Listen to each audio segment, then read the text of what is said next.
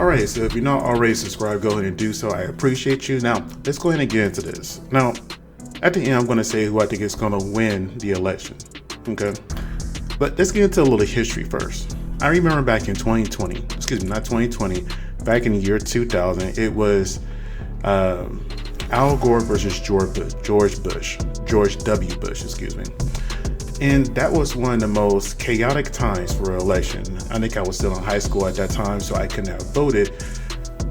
But talk about coming down to the wire in the state of Florida when George W. Bush's brother, Jeb Bush, was the governor, and somehow he pulls a win out of his butt.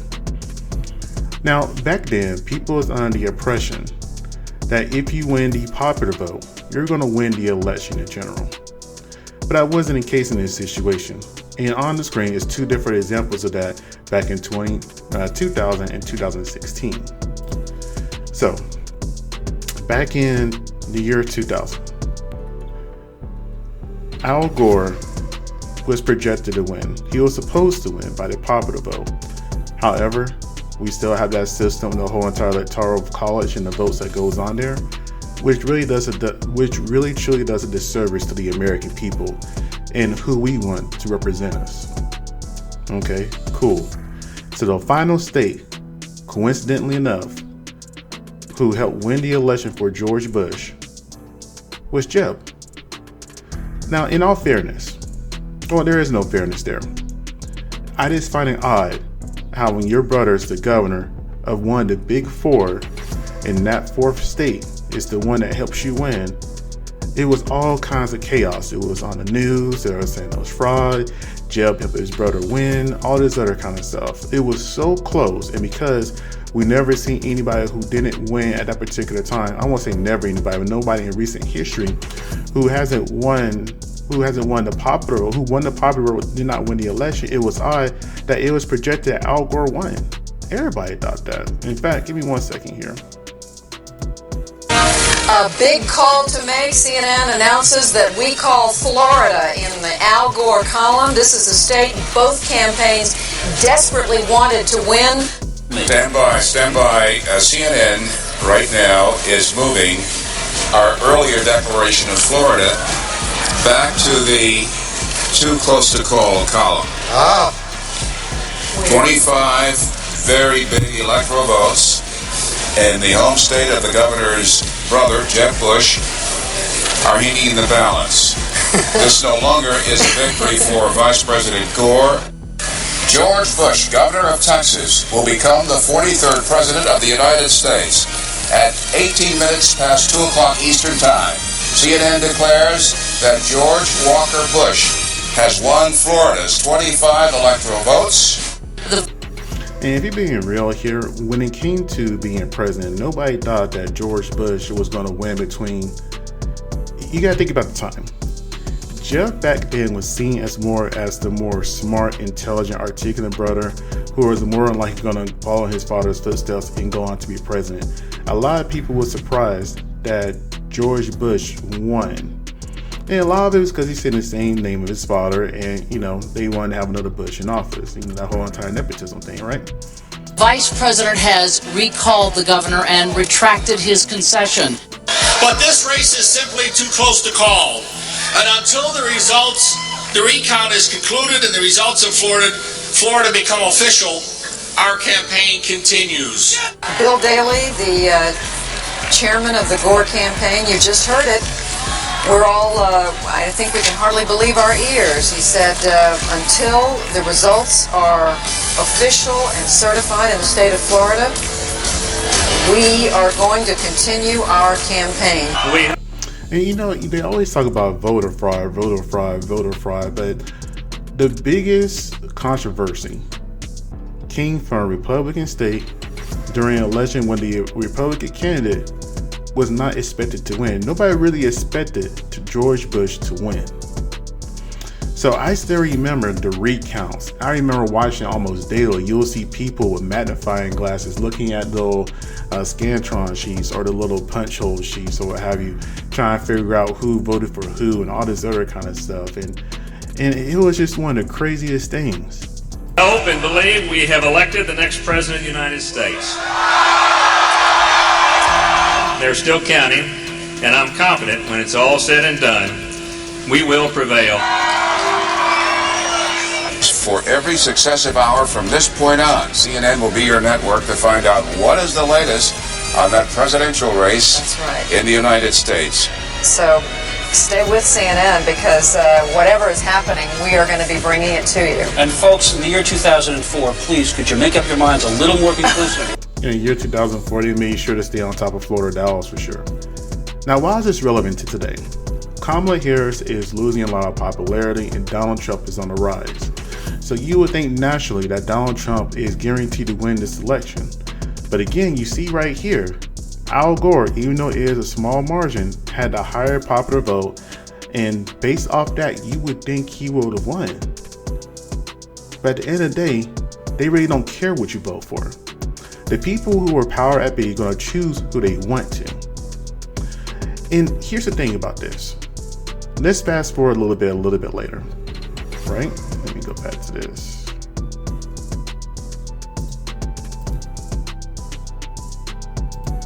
In 2016, when it comes to Hillary Clinton. Hillary Clinton again won the popular vote by a much larger margin. So you would have thought that she would have won the election, right? But she lost. But in all fairness, most people didn't even think Hillary should have won the general election for the Democratic Party. Why? Because they didn't count for the people. The people vote doesn't matter when it versus people that they elect to think and choose for us. And what I mean by that, superdelegates when it comes to the Democratic Party. I remember back then when I first heard about superdelegates, because I'm not gonna lie, I was gonna vote for Bernie. I think Bernie's an amazing candidate, especially back then. Unlike Hillary Clinton, who has a history of saying that black people are super predators and all this other kind of stuff, Bernie, from the time he was in college up until a senator in his 70s, has always rode for civil rights, black people, and equal treatment. He has a record that's shown that even before he became the office. So let's hear about these superdelegates right quick.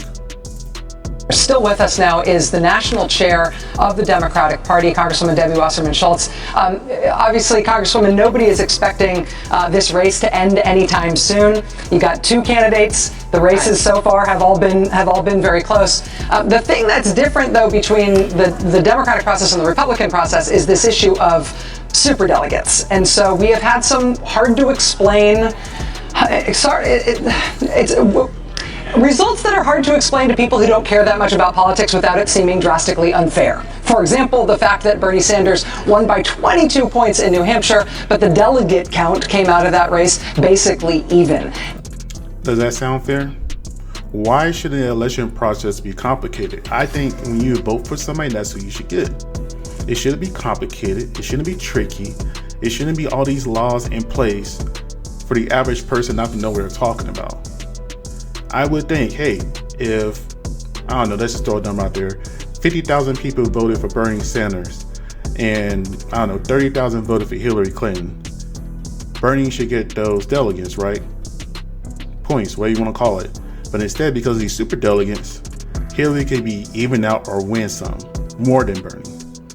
Why? Because the elite always have us at the bottom. Is there an internal dialogue, internal discussion in the Democratic Party about the superdelegate process and whether or not the party's going to stick with it? The superdelegates, and it's just, I'm glad you're asking me about. And look at that right there. Super 16, one for Bernie. Because the way the media has been reporting this is incorrect. There aren't pledged delegates, i.e. superdelegates, earned at any of these primary or caucus contests, Rachel. Those unpledged delegates are elected officials, party leaders, people who have spent years and years in the Democratic Party. Members of Congress, our DNC members are superdelegates, and they have the ability to decide who they choose to support at the convention at any point. So they are not actually, whatever they're saying now, I mean, most of them presumably would remain committed to who they've committed to now, but they haven't all committed to a candidate, and they're really free to decide all the way up into July. if you didn't have superdelegates, and keep in mind, we created superdelegates back in 1984. So this is not something that was suddenly developed. Created in 1984, but not too many people knew what a superdelegate was. At this election cycle. But we do that so that we can make sure we maximize the ability of real people to participate in our convention. If you look at our convention, it looks like the rainbow that is America. If you look at the Republican convention, they put a little bit of the rainbow in the front row, and then the rest of their convention is not so diverse. So it's really important that we make sure we separate the types of delegates. Today in Nevada, in New Hampshire, in Iowa before it, the pledged delegates, which are 85% of the delegates that participate and cast a vote at the convention, those are what are earned in primaries and caucuses. And the rest of the 15% that are so-called superdelegates, they have up until July to decide who to support. So combining them at each phase of this contest is really not an accurate picture of the way this works. So you would say that no superdelegate, even if they've said who they're going to support, we shouldn't take them at their word? We shouldn't consider them to be... they're not just a symbolic role. They get to actually participate in the process of who gets picked as the nominee. I'll just give you an example. Exactly. It is not a symbolic role, so they get to choose who is the nominee and who gets to run for president and potentially be president if it's that particular person's turn. And I'll give my opinion on that a little bit later. Example, so I can speak, for myself. I am obviously not, not supporting either one of the candidates, but I'm a member of Congress, which makes me a superdelegate, and I'm also the DNC chair, which would make me a superdelegate. I get one vote at the convention, but if I were pledged to a candidate, as a superdelegate, I can pledge now, I can pledge in a month, I can wait all the way until the convention and decide. And there were, if you remember in 2008, there were superdelegates through the primary as the candidates winnowed down to then Senator Clinton and then Senator Obama, who did change their minds. So I really think it's important for the media, at least in our case, and the Republicans do have superdelegates as well, but they don't calculate them in the same way. It's really important to report these in a completely different way and not add them mathematically as each contest unfolds because of the way that our unpledged delegates can make their decision at any point. DNC Chair Debbie Wasserman Schultz, thank you very much. And back then, and by and large, the people voted for Bernie, but the delegates chose Hillary. Now, they were saying Bernie was making a lot of outlandish claims of things he could have promised and followed through with, yada, yada, yada.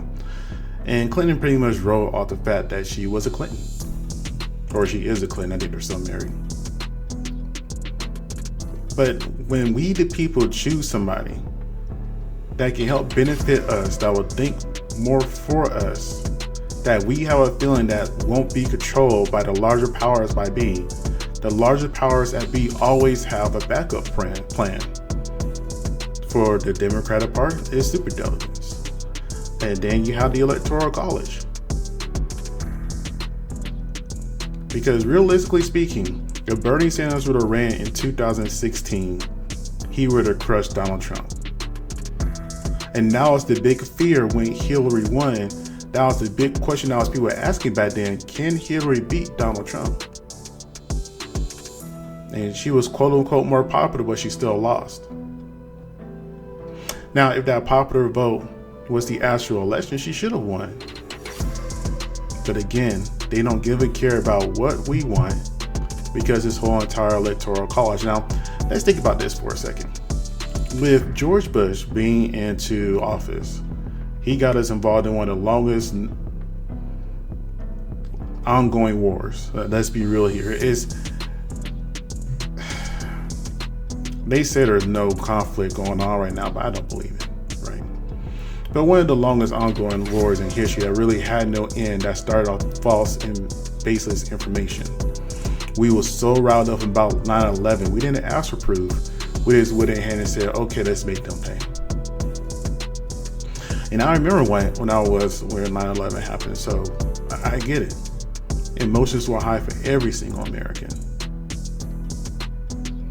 And that's how he won his second time. I mean, let's be real here. Before Trump, I think George W. Bush is probably the most made fun of president in recent history. There are so many clips and audios and everything else of, him not spelling potato, or him misspeaking or talking in word salads, misquoting himself, not having a complete thought. People was making fun of him all the time and was asking how come Jeb didn't get into the office instead. And when Jeb finally decided to run because of how George W. Bush performed in office, there was question they even want another Bush in office. Well, and then we have the whole entire Hillary Clinton and Bernie, and Hillary dropped the ball. So this brings us to today, where we have Kamala Harris and Donald Trump. We didn't get to pick Kamala Harris, and if we're being honest with you, we wouldn't have got to pick her anyway. Just like what happened in 2016 when they wanted Hillary in office, and because these quote-unquote superdelegates that was out there, they would have went ahead and found a way to get her in there, no matter who she would have ran against, if there was a general election for the DNC, right? Okay. We see how badly she's performing, how she's not looking as a leader, all this other kind of stuff. But the one thing she's pretty much promising to do is keeping us in war. If it's not our continued support of Israel, she also says she'll dedicate her support to Ukraine. And that's what's going to get her elected. So all this other kind of stuff don't matter. Because with Trump, he did say that he will go ahead and support Israel, but he also said he wanted to get us out of Ukraine. So that's less money for war. And that's what I think it's going to boil down to. Who could be controlled the easiest?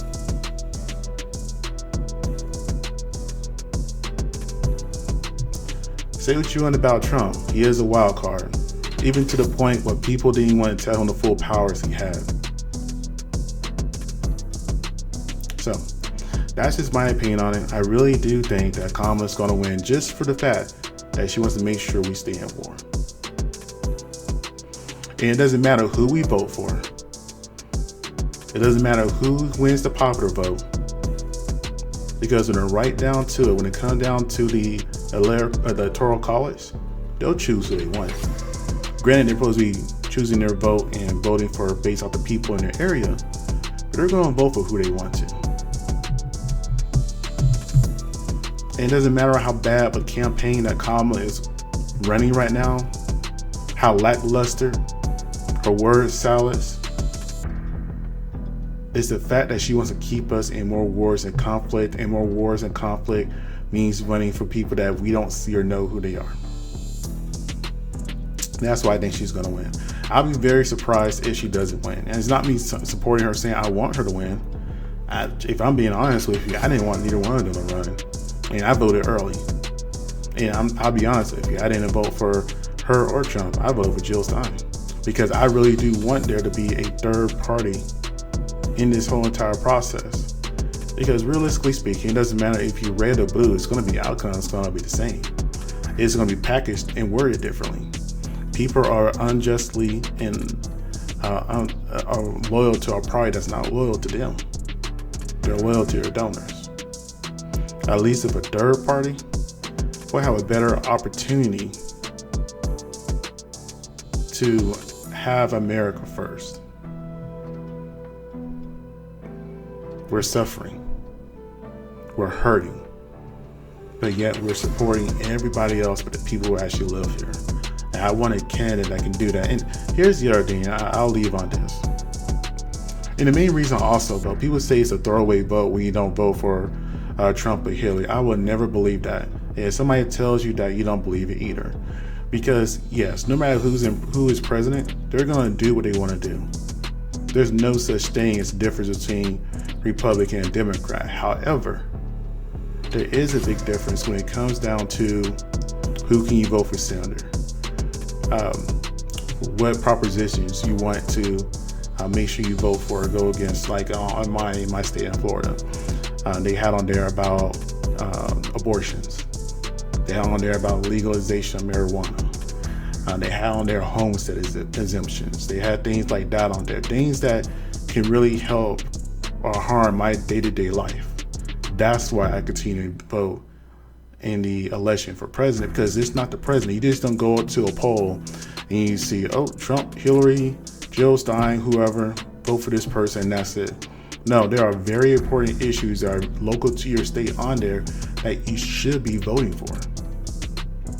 And you'll be foolish not to. So it doesn't matter who you vote for, as long as you're voting for what best interests you in your state. And that's how you can really change the outcome of the real elections. So I know people are frustrated, and rightfully so, you should be. But vote. If not, if you just don't care about the presidential candidate like I do, at least vote for your local issues. Care about your home. Anyways, if you made it to the end or saw this part, make sure you like, comment, and subscribe. I appreciate you.